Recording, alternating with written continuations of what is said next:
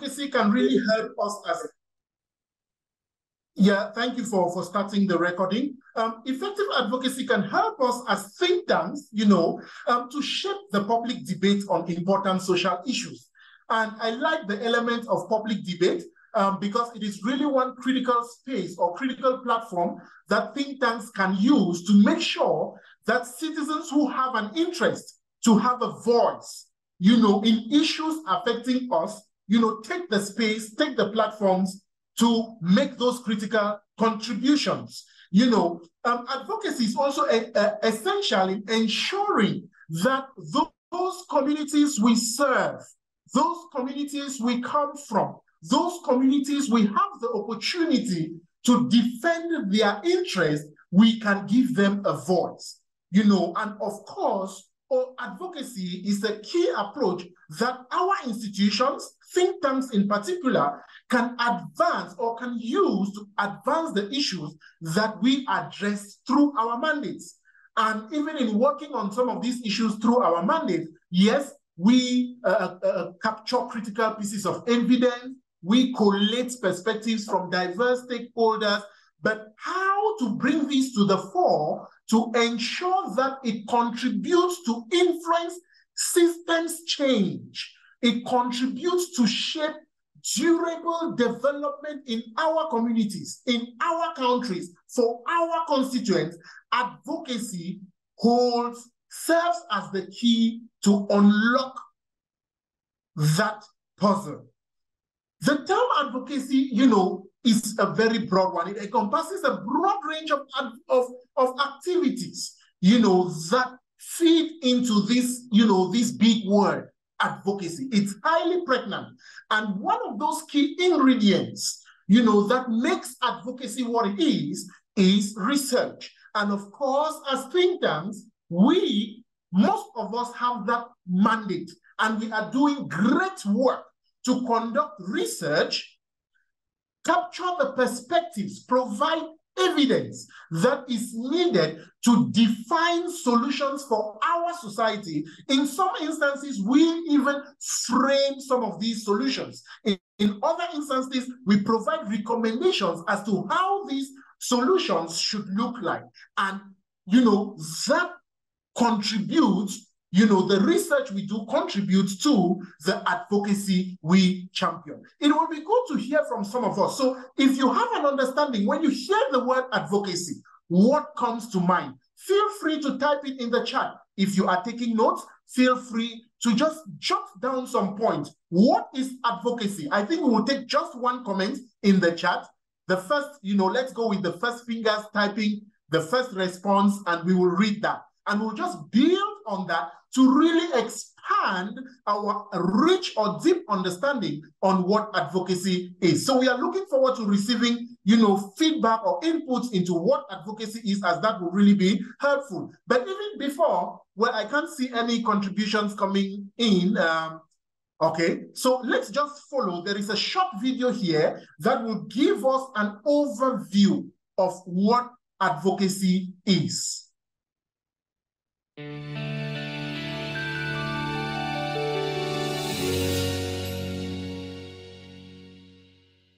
What is advocacy? Advocacy helps people to speak up and get involved when decisions are being made about their life. Sometimes, people need some help to make choices and say what they want. Advocates are there to be on your side to help you express your views, preferences, and choices. Advocacy is based on the belief that you are the best person to make decisions about your life. Advocates are not there to tell you what to do, make decisions, or even give you advice. They are there to be on your side and walk with you through decision-making processes. It often involves listening, self-advocacy, practical support like attending meetings, challenging decisions, accessing information, understanding information, accessing services, participating in communities, challenging discrimination, making and communicating choices, protecting human rights, supported decision-making, but is always about promoting a person's wishes, feelings, aspirations, and preferences. Kate Mercer Training is a national organization that provides training and support to advocates and advocacy services. Get in touch to find out more. Thank you very, very much. I'm sure we picked one or two insights on what advocacy is all about. And just to say, advocacy is a process, a very long process that gives us an opportunity to put an issue, a problem, a particular situation on the agenda and providing a solution or a multitude of solutions to that problem. And of course, and most importantly, initiating, galvanizing society or the public to support effort to reach a solution or those solutions. And often when we come and to talk about public institutions or problems of public interest, advocacy goes a long way to bring to the fore these problems on the agenda of decision makers. And it is important for us to have this underpinning understanding, because that way, in shaping our rich pieces of research, we will be able to define who could potentially be a key constituent should that research have an overarching goal to shape policy. Should that research have an overarching goal of contributing to a bigger advocacy agenda to bring about the change or the progress that we are seeking to reach. Also, advocacy is a process that influences decision makers to reach important public decisions. It is important for us to know that it is on the basis or premise of excellent information or good information that good decisions can be made.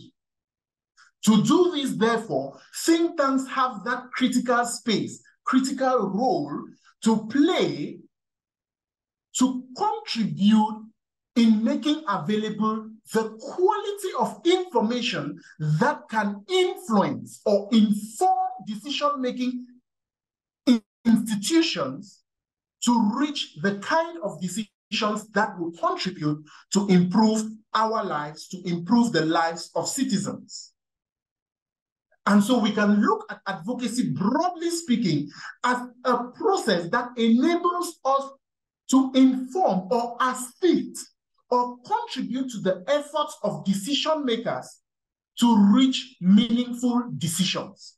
And meaningful decisions, when we talk about, these decision makers, we can call them policies. How do we support those efforts that enable decision makers to craft the needed policies that reflect our interests and respond to our needs in society? Advocacy is a key conduit that we can use to reach that goal. And importantly, it is good to remember that within the big umbrella of advocacy, research, which is one of those core areas of work of think tanks, play a critical role. Now, why advocacy? Why is it important? One of the key things is that it really helps the voices of a multitude of persons, the perspectives of key stakeholders in society to be heard. And these voices raise those critical issues that are important to them, which policies or the decisions to be made by decision makers need to take into account, such that the outcome of the work of these decision makers should not be an imaginary, an elusive outcome, but it should be palpable. It should affect and impact on the lives of citizens in a positive way. Also, we can use advocacy to promote and protect rights of citizens, rights of human rights defenders, and rights of key constituents that we live as think tanks, work as think tanks to contribute to ensure that they live and work in an enabling environment.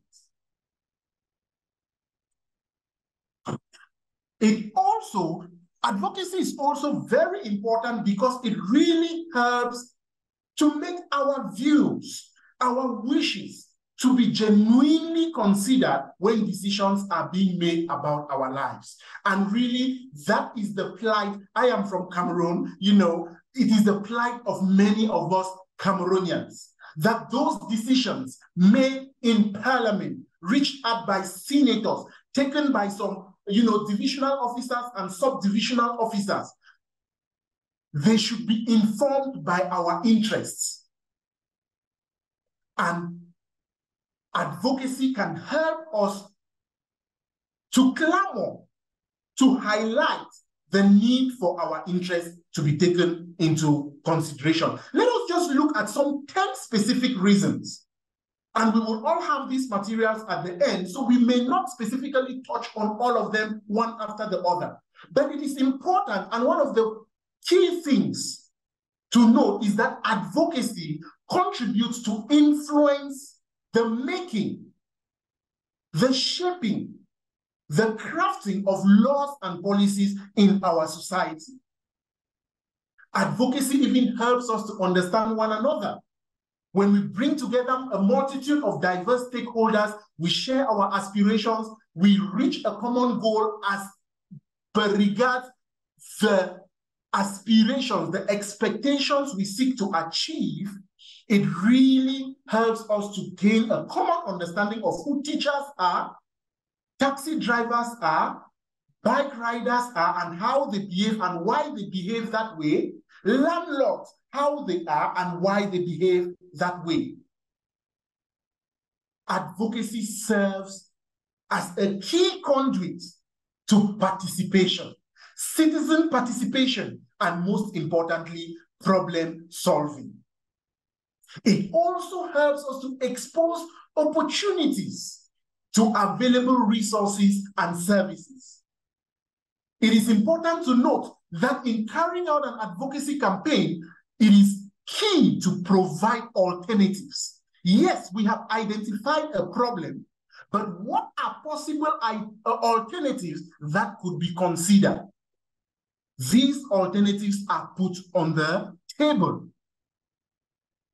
Advocacy helps to educate, sensitize, raise awareness on issues, because even if it's only bike riders in the economic capital of Cameroon, that's Douala, or in the political capital of the Republic of Central African Republic, that is Bangui, or in the very busy streets of Kinshasa, when they go out on the streets clamoring for better living conditions. If you take the case of Kinshasa, once that news is reported on television stations or on radio channels across the national territory or on web platforms online, citizens in Lubumbashi, in Bandaka, in Nyoki will understand that these are burning issues that align with our plights. These are actions that are ongoing in Kinshasa. If citizens in Douala are going on the streets marching, protesting, raising their voices, sharing placards, under the authorization of the state institutions that would have granted them that possibility to express their views, it helps citizens in Marwa, in Mora, who can have access to this information through online means, Facebook, web platforms, the national television and radio station, to be aware of the common plight of our compatriots. Advocacy also helps to promote that soft element of respect, consideration for a particular issue.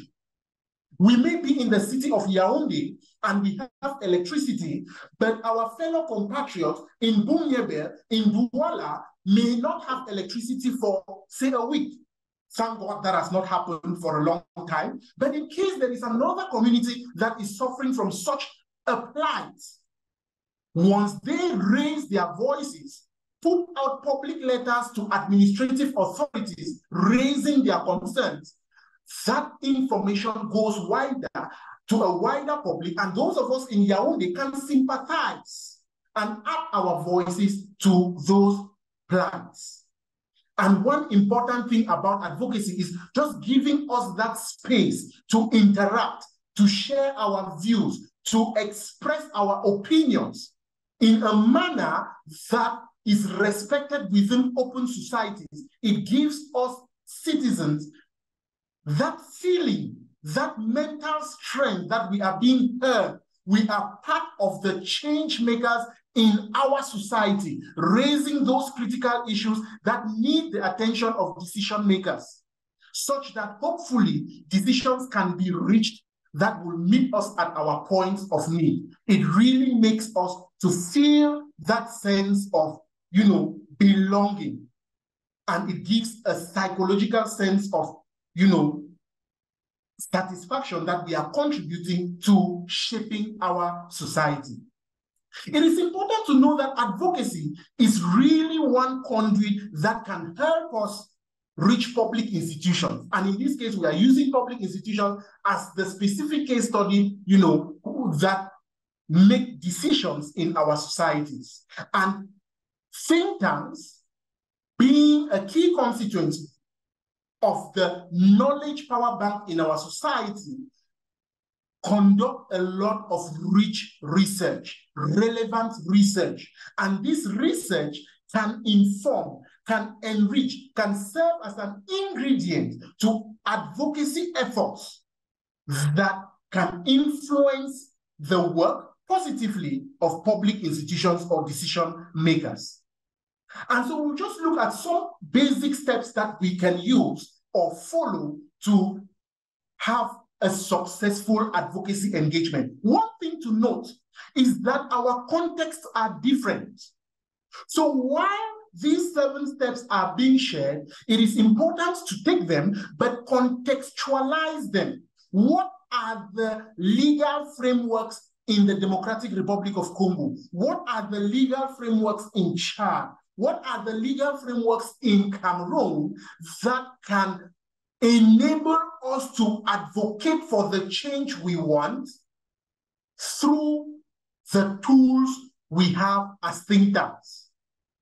The steps that we need to take into consideration include identifying and analyzing the issue. This is really, really important because for us think tanks, we often dig deep within most of the research pieces that we carry out to explore the problem, to analyze the problem. So it's important to identify the problem we want to address. Then we set the goals and the objectives of that advocacy engagement. What do we want to achieve? It is often said that if we don't know where we are going to, how are we going to get there? Leaning on this question, it is important for us to interrogate the anticipated final decision. Who are the decision makers? That is very key. Who is our principal audience? Particularly when it comes to that advocacy effort.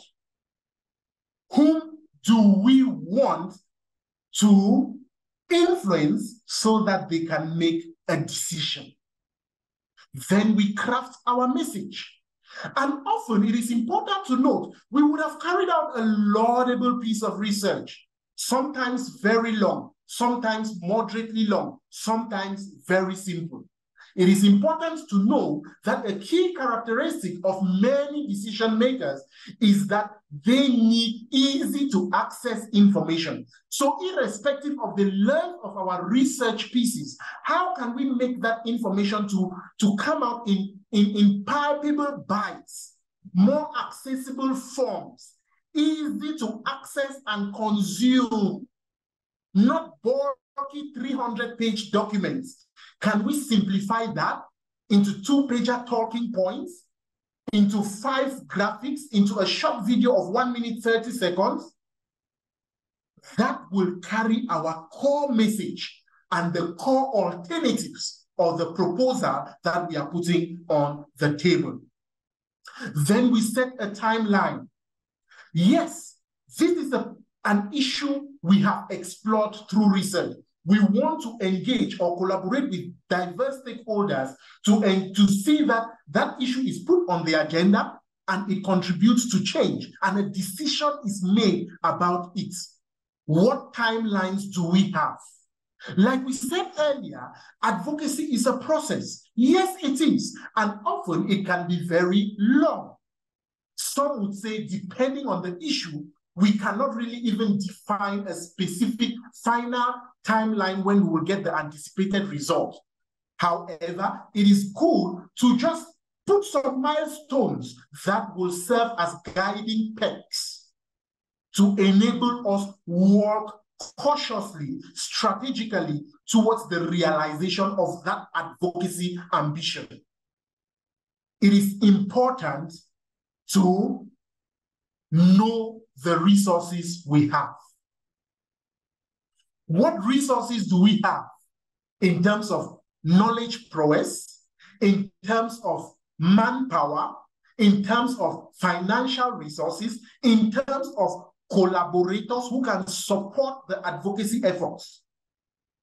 An assessment of these resources is quite critical because it helps us to determine the kind of tactics we can make use of and possibly how we will make use of these tactics.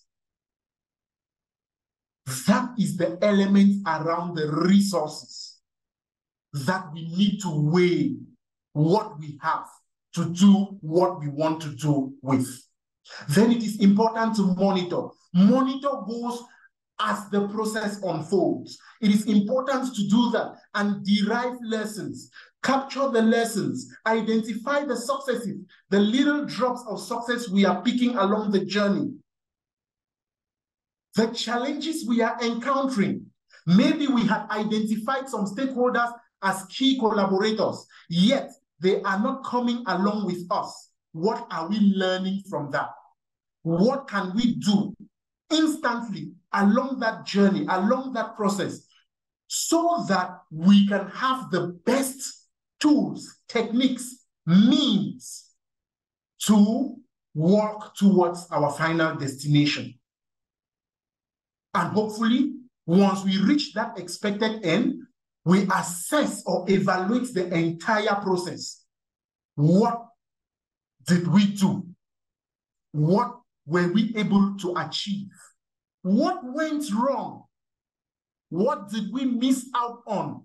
Were there opportunities that we would have capitalized on that we didn't? If we want a specific decision to be made, was that decision made? If it was not made, what will tell us that we made some degree of progress or we failed totally? What will tell us that even though the decision was not made this year, there is a potential that it can be made in the next couple of months or years? It is important to find that space to reflect, evaluate, and share. As think tanks, I am sure many of us were in the think tank forum that was organized by the Dennis and Lenora Forenza Foundation and the Kafu Polity Institute in Yaoundé. Those are the kind of fertilizing grounds, cross-pollination grounds that we can create to share the insights of our advocacy engagements so that others can learn. What went well for you in Lubumbashi, in the Democratic Republic of Congo? What went wrong? And what can stakeholders in Chad, in Jamena, learn from that? What can stakeholders in Yaoundé, in Malabo, learn from that? It is important to monitor, evaluate, document, and share. We just have this quick video.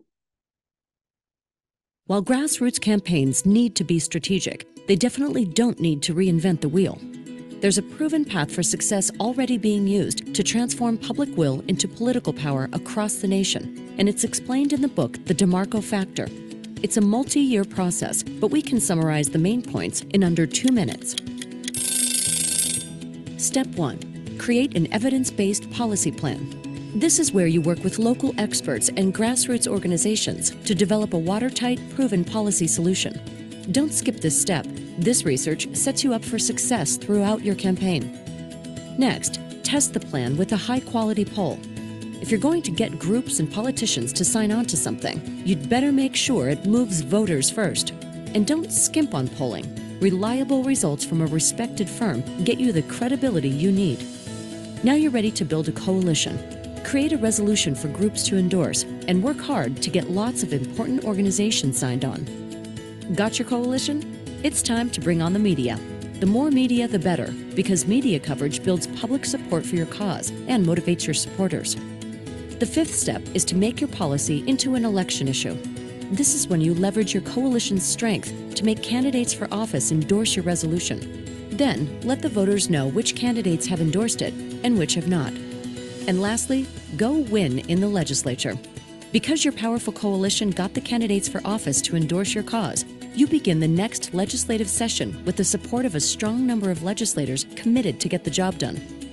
You've built a powerful grassroots movement and are in a prime position for your policy solution to pass. Ready to learn more? Visit healthcareforall.com/6steps. Great, thank you very much. Do we have any questions, any reflections, any contributions? I think we can, Madam Vanessa, we can take a couple of these. Yes, exactly, Mr. Jim, we can take a couple of questions. For now, no question, reaction. Please feel free to ask your questions. Mr. Jim, please can you stop sharing your screen and so that the participants see your face? Maybe they want to see your face before asking questions. Thank you very much. Now, participants, it's time for question. You can either use the raise of the hand icon, or you simply just drop your questions in the chat here. Great. One thing, while hoping or waiting for the questions to come, I think if you remember in this last video, the first step is the step that talks about research. And it is really, really important in the entire process. And, as think tanks, we are in a privileged position because we have all the techniques to carry out a variety of research, bring to the fore volumes of knowledge that can inform decision-making processes, but most importantly, can inspire that collective buy-in, collective understanding to the kind of issue that we are faced with and the ideal situations we want for our society. And so that point is really, really critical, and it's important that when we are engaging in research, as much as we want to, we should be able to connect the work we are doing or the pieces of research we are carrying out to an advocacy agenda we hope it will contribute to.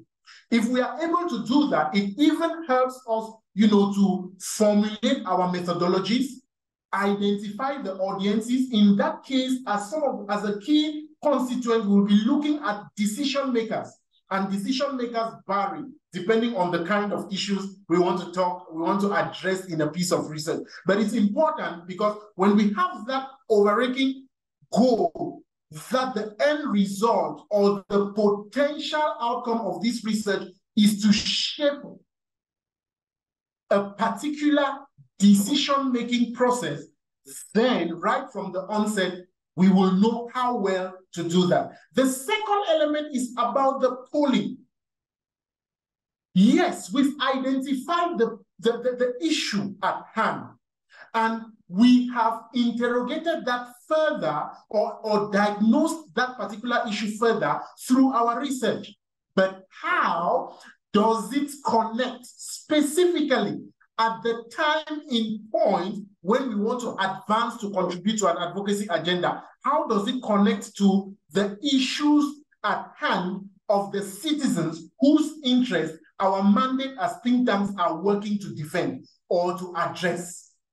It is important to tease out perspectives from the audience to see how best we can connect the evidence to the anticipated outcome, or what elements of the evidence are most needed. Then we are looking at decision makers on the other hand, whom we will reach out to, whom we will engage into several tactics to make sure that that issue that we are contributing to is put on their table.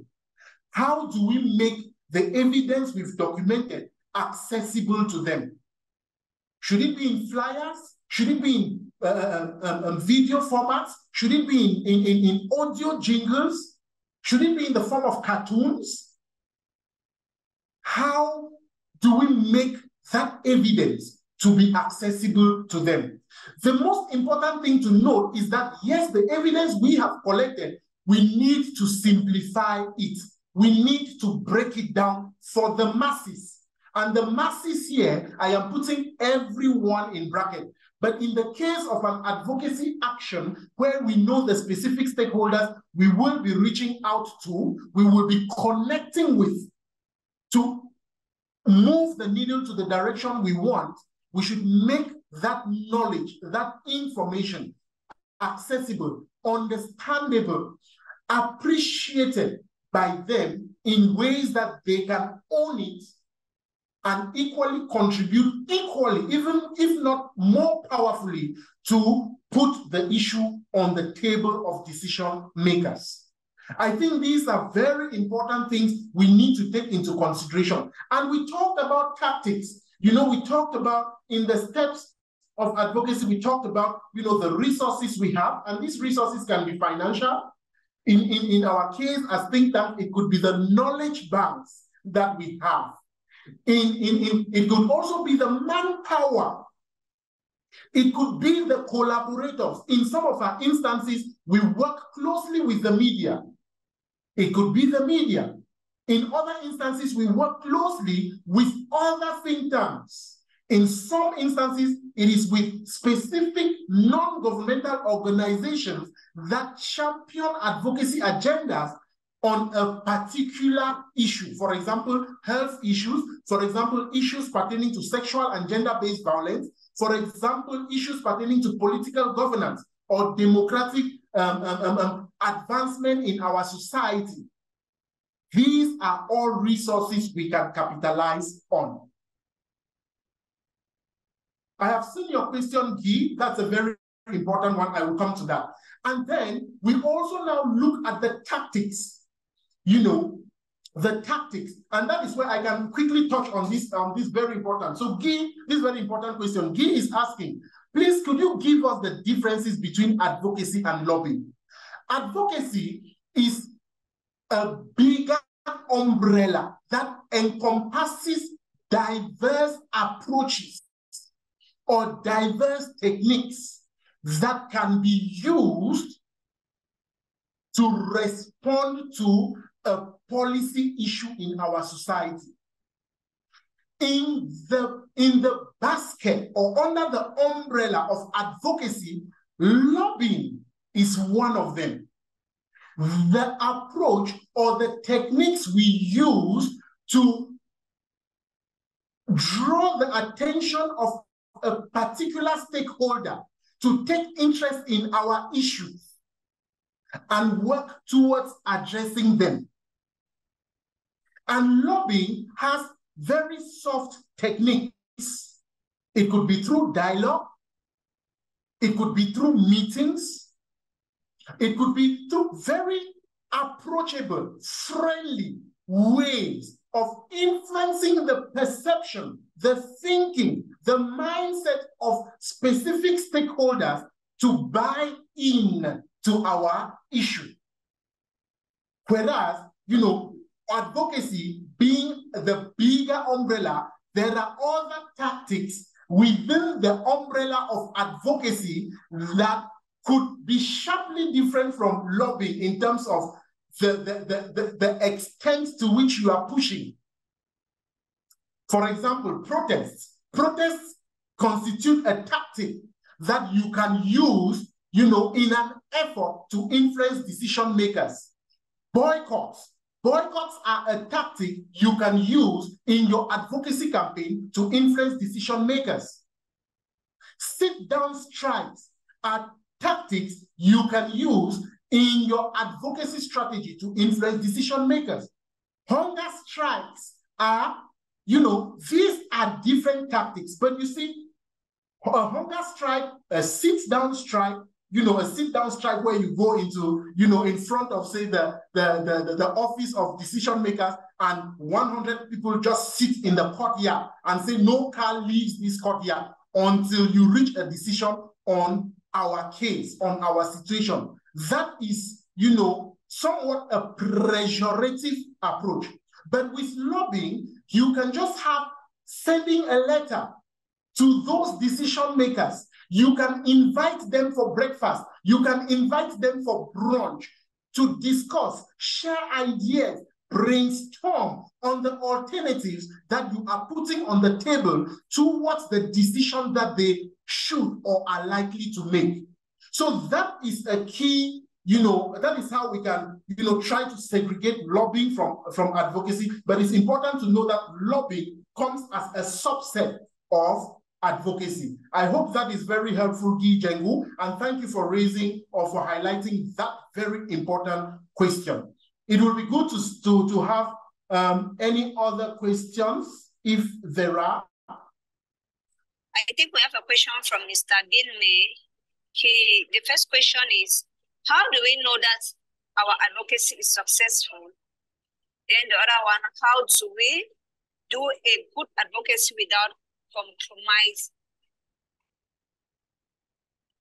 Okay. Yeah, those are his questions. Good. Sorry, I'm just noting them down. How do we know our advocacy is successful? That's a very important question. Now, in defining your advocacy strategy, remember we talked about identifying the issue, and that can be identified in a research piece or an evidence piece. And then we define the ideal situation, the change we want to see if that issue is addressed. And for that change to come about, there is the hope that a specific decision should be made. Now, what steps are we going to follow? What actions are we going to put in place to ensure that from the point of, say, 0, where we've identified the issue, to the point Z or 10, where that a decision is made to address that issue, what key actions would we have taken? And now, in implementing those actions, it is important for us to know that from the point 0 to the point 10, we should be able to self-define what milestones of change will look like, what milestones of change should be. That will help us to know whether we are progressing or not. And if we take the case of, permit me to use the case of Cameroon, for example, and we know in Cameroon, for some academic years now, we've had unfortunate situations where students aggress teachers, sometimes with harmful objects. Now, teachers can rally and explore the need for their safety to be guaranteed. And a think tank working to promote education can take that as an issue to contribute to efforts geared towards making educational institutions to be safe spaces for teachers.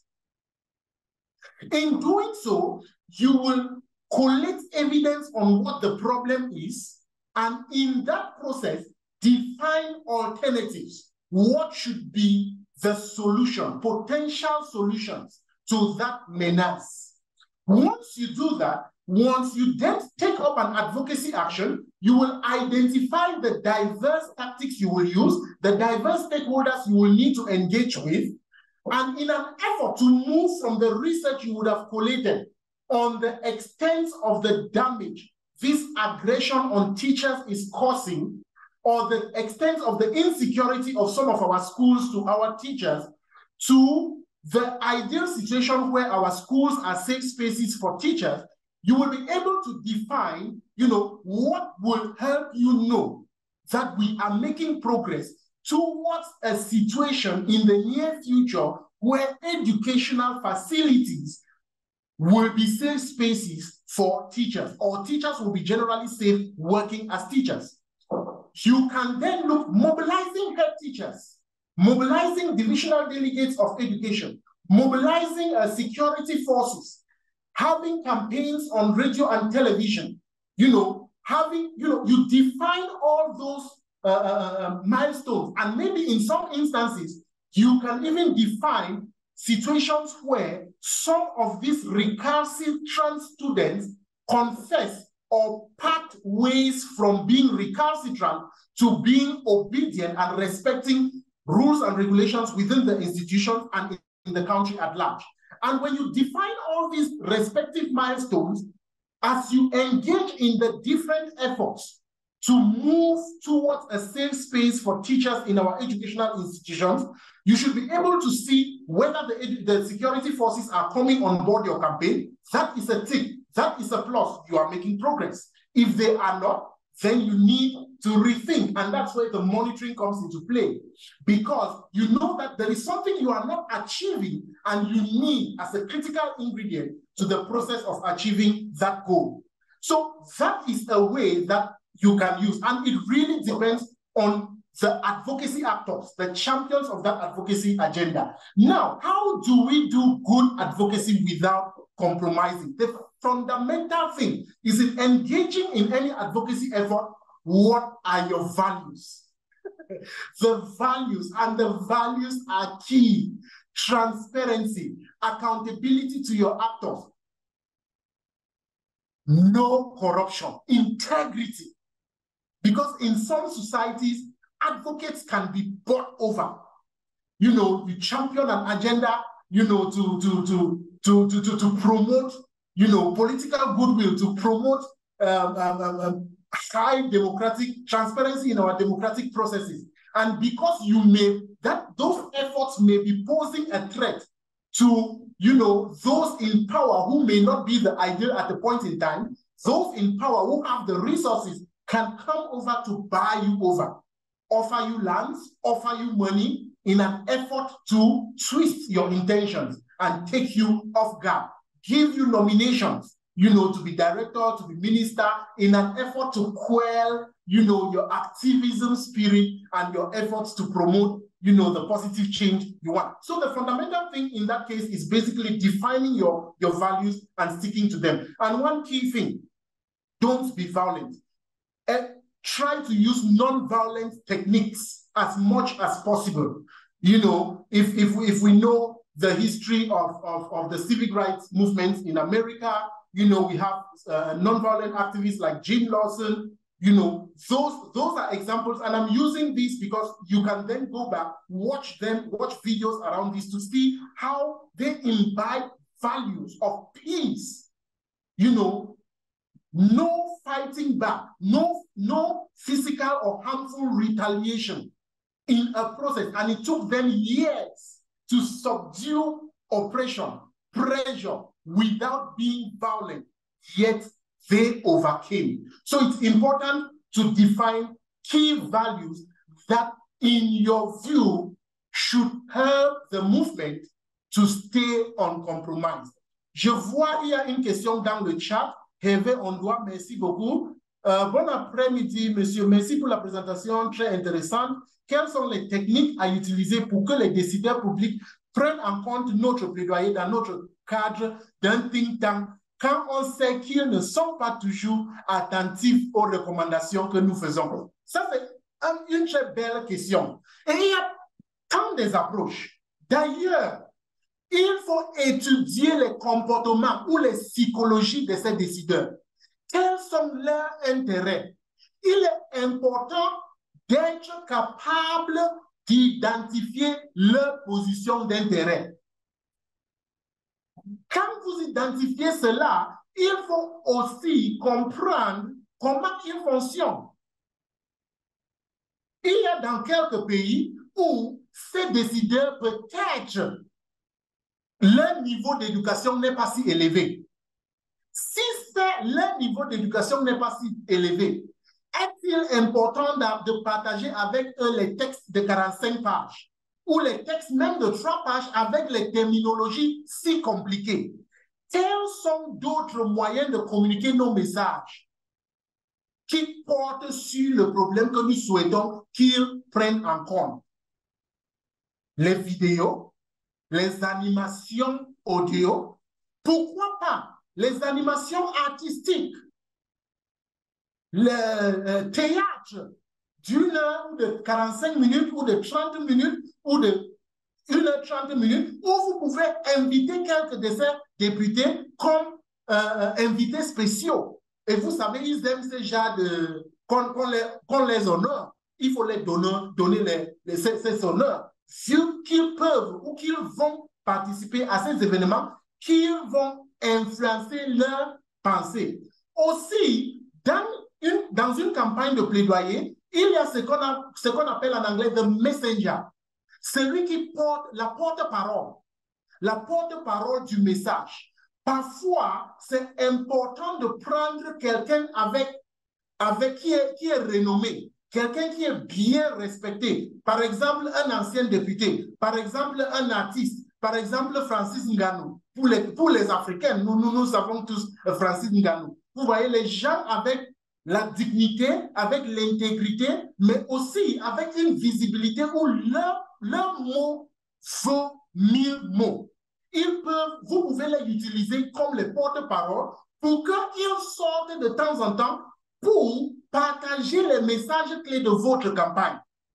Dans les pays comme le Bénin, il y a les organisations qui ont utilisé les dîners pour inviter les députés dans un dîner pour faire le plaisir 45 minutes, 1h30 minutes. Mais pendant ces dîners maintenant, ils partagent quelques aspects importants de leur message clé qu'ils souhaitent que ces décideurs prennent en compte. Et après maintenant, ces dîners, vous allez voir qu'ils ont constaté que l'intérêt de ces décideurs a été plus élevé qu'auparavant. Et maintenant, ils ont eu l'opportunité maintenant de foncer et de continuer l'engagement pour qu'il y ait le changement qu'ils désiraient. Je pense que ces réponses répondent à vos questions, mais s'il y a d'autres questions, ça serait, s'il y a le temps, Madame Vanessa, on peut les prendre. Mais pour le moment, je vais m'arrêter ici. Merci. OK. Donc, Monsieur Eve, I hope the responses were clear. Thank you very much. I can see a thumbs up. And maybe just to conclude, it's important to know that, you know, there is no one-size-fits-all approach in advocacy. It is dependent on the context. If we take our parliamentarians, you know, for example, as decision makers in our respective countries, if you take Cameroon, for example, we have a two-tier decision-making platform. You have parliament, we have Senate. You know, if you go to Central African Republic, it's different. If you go to the Democratic Republic, it's different. You know, so depending on the key constituents you're working with and the decision makers you are hoping to influence to be able to reach the decisions we want for our society, the approach will be different. And so the 7 steps that we outlined, you can adapt them based on your contextual realities to move towards the direction you want. Merci beaucoup. J'apprécie vivement votre participation active et je pense maintenant que je vais passer la parole à Madame Vanessa. All right, we have another participant, Mr. Joseph Ilunga. Please, you have the floor, Mr. Joseph. Okay, thank you. So, je veux bien parler en français parce que je suis francophone et anglophone à la fois, mais j'aimerais bien m'exprimer en français. Ok, d'accord. D'abord, je remercie Mr. Dum pour les échanges et la présentation. Même si je vous ai pris à mi-chemin, je crois que votre intervention vient à point nommé dans le cadre des échanges de bonnes pratiques, vous voyez. Donc, il est vraiment aujourd'hui intéressant de pouvoir mutualiser les compétences en mode réseau et d'échanger ensemble pour une bonne coordination. Et cela requiert la participation de tous pour l'atteinte des résultats escomptés. Je crois qu'il est temps aujourd'hui dans nos pays africains que nous puissions au moins faire un effort pour que nous puissions nous adapter au changement de contexte et de paradigme. Voilà ma petite contribution. Je vous remercie. Merci beaucoup. Merci beaucoup. C'est vraiment formidable et l'élément de travailler en réseau pour multiplier ou promouvoir la participation de tous, c'est élément formidable. Et en fait, quand on regarde l'échelon d'une plaidoyer ou d'un plaidoyer, nous constatons qu'il y a un élément de développement des alliances. Et je pense que ça porte très ça cadre avec votre contribution et merci d'avoir partagé cela. Et ce qui est important à savoir aussi, c'est que parfois, peut-être nous n'avons pas tout. Nous n'avons pas tous les moyens, toutes les ressources, toutes les compétences qu'il faut pour mener un plaidoyer effectif. Donc, le fait d'entrer en réseau, de collaborer avec les uns et les autres, renforce pour notre intérêt la possibilité d'avoir les plus nombreux gains dans notre démarche de plaidoyer. Merci beaucoup, Monsieur Joseph Ilunga. Je vous en prie, Mr. Dum. Merci beaucoup à vous aussi. Hein? C'est intéressant, vraiment. Merci. Okay. So thank you very much, colleagues. Merci beaucoup, les collègues.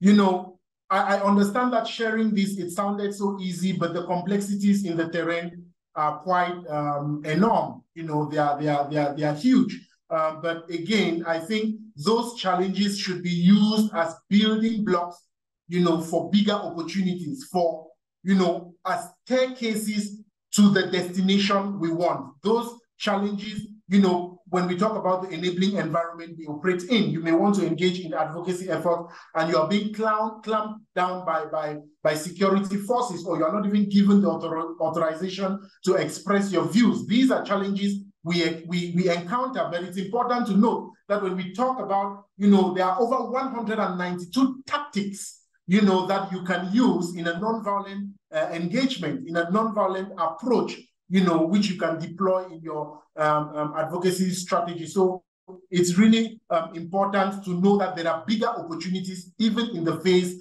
of adversity. And, you know, I think I will share a very short 2-pager resource with Dr. Jean-Cedric and the wonderful team at the Kafu Policy Institute to share with us participants. It's in English. That's what I found, but I think I found it very useful and I use it frequently, and I think you may find some elements of it very useful. Madam Vanessa, I don't know, with your permission, I think Madam Janet has put a question in the chat. Can I take it quickly? All right, you can go ahead. OK. Bonjour à tous. Merci. Quelle est la forme la plus adaptée pour mener un plaidoyer efficace? Doit-on être constitué sous la forme d'une organisation ou d'une structure formelle, ou alors s'il suffit juste de se regrouper avec des personnes qui partagent les mêmes intérêts que nous? Merci beaucoup, madame. Vu l'issue que vous souhaitez répondre, je ne pense pas qu'il y a une forme qui est au-delà de l'autre. En fonction de notre contexte, une forme peut être plus risquante. Si, par exemple, tu es un activiste et en fonction de votre pays, et vous dites que vous n'allez pas manger pour 40 jours, si le président, par exemple, ne démissionne pas, ou s'il y a un ministre qui a détourné les fonds et cet argent n'est pas ramené de son compte pour le bien-être des gens, et tu entres tu dis que tu ne vas pas manger, par exemple, pour 40 jours. Vous voyez, dans ce contexte, en vue des réseaux que tu as créés, en vue du manière que la situation touche au fond du cœur des uns et des autres, les gens peuvent vous accompagner, pas même qui jeûnent, mais juste pour faire en sorte que les gens voient votre campagne. Et aussi, ça peut être risquant aussi dans d'autres pays, parce que les forces de l'ordre peuvent vous emprisonner en disant que vous incitez la violence dans le pays, juste pour faire l'oppression contre vous. Donc, mais c'est juste pour dire qu'il n'y a pas une forme qui est au-delà de l'autre. Il y a des situations, et dans différents pays, où les mouvements ont eu des succès. Vous voyez, au Dakar, il y a Yenama, qui a été un mouvement qui a gagné plus de succès pour arrêter un président de ne pas changer la constitution pour participer pour un autre tour d'élection. Et vous voyez, dans ce cas, ça a réussi. Il y a d'autres cas où les organisations ont mené les plaidoyers. Il y a d'autres cas où les individus, étant activistes, ont mené les plaidoyers. Donc, c'est juste pour faire une analyse du base sur l'issue, les décideurs que tu souhaites rencontrer, la situation, comment dirais-je, politique, sécuritaire, l'intérêt que le sujet que tu veux adresser porte au cœur des gens. Il faut bien mener ce genre d'analyse, parce que cela peut vous aider à prendre la décision sur quelle forme est serait le plus efficace dans votre cas. Donc, je pense que c'est cette approche de pré-analyse qu'il faut faire avant d'entrer dans votre campagne de plaidoyer. Merci beaucoup. Madame Vanessa, thank you. I can see some thumbs up. Yes, Madame Vanessa, over to you. All right, Mr. Jim, thank you very much. I think we can end here. Merci de me passer la parole, même si je suis arrivé au moment où l'exposé avait déjà commencé. Merci déjà pour votre présentation qui me permet justement de mieux saisir la question du plaidoyer. C'est vrai que j'ai commencé des petites formations là-dessus, mais à travers ce que vous avez partagé avec nous, je crois que je serai à même de pouvoir initier et former les volontaires sur cette question-là. Mais toutefois, je suis intéressé par, je voudrais savoir quel est votre avis sur le plaidoyer à l'aide du numérique. Qu'est-ce que vous en pensez? Est-ce que vous pensez que ça peut être une technique que l'on peut initier personnellement à travers son association sans toutefois passer par des acteurs ou des influenceurs ou des personnes importantes connues, justement, comme vous l'avez cité tout à l'heure, Monsieur Nganou, ou bien on peut l'initier seul à travers les réseaux sociaux et et tout ce qu'il y a comme TIC et espérer réussir. Il est clair que c'est différent de la pétition, mais j'ai comme l'impression à un moment donné que les deux se rejoignent parce que le but final, c'est de pouvoir espérer le changement. Merci. Thank you very much. I think that's a very important dimension that you're highlighting, the digital era and capitalizing on the digital platforms to champion specific agendas. And, you know, we've seen instances where online campaigns have really been very, very successful and, you know, safe as well for the advocates of that particular agenda. So the key thing again, yes, it's important to capitalize on that, but remember, that goes, digital advocacy goes a lot with your following. It's really important to bear that in mind. Recently in Cameroon, I think there were some digital activists who took up a specific campaign to really put on the table a key issue that some of the telecommunication agencies were not responding to our satisfaction. And, you know, I think the campaign was basically to create, should I call it a boycott, a consumer boycott for some hours. And I think that was really very helpful because, you know, days after that, we saw some of these telcos issuing communiques that were somewhat satisfactory to the plight, you know, of citizens. So it's important, but the key thing is, what is your following online? You know, what has been the trajectory of your messaging? What is the level of integrity you wield and the level of authority you wield online? And that is why we talked earlier about the element of the messenger or the porte-parole, where you may have a burning issue. You may have, you know, something you want to put on the agenda, but you know, that issue speaks to many people, but because you don't have that cloud, that online cloud, you leverage on someone who has that cloud, you know, online to pass that message. And if it aligns with the interest of this social media influencer, or even if it's not necessarily a social media influencer, but a high net worth, you know, social media personality, then it adds to your advantage. But again, the choice is yours. The choice is that of the advocate. It's really not a one-size-fits-all. You know, you can still go with some of these persons with high following online and it crashes, you know, as well as you can go with some of them and, you know, your idea is really, it blossoms and takes center stage and some change comes about. But the key thing is do your preliminary analysis and make sure that every step of your action is informed by a thorough analysis that adds value to your process. Thank you very much for that insightful question. All right, Mr. Jim, thank you very much. That was very interesting. And I guess the participants equally shared the same experience like me, that this session was very interesting.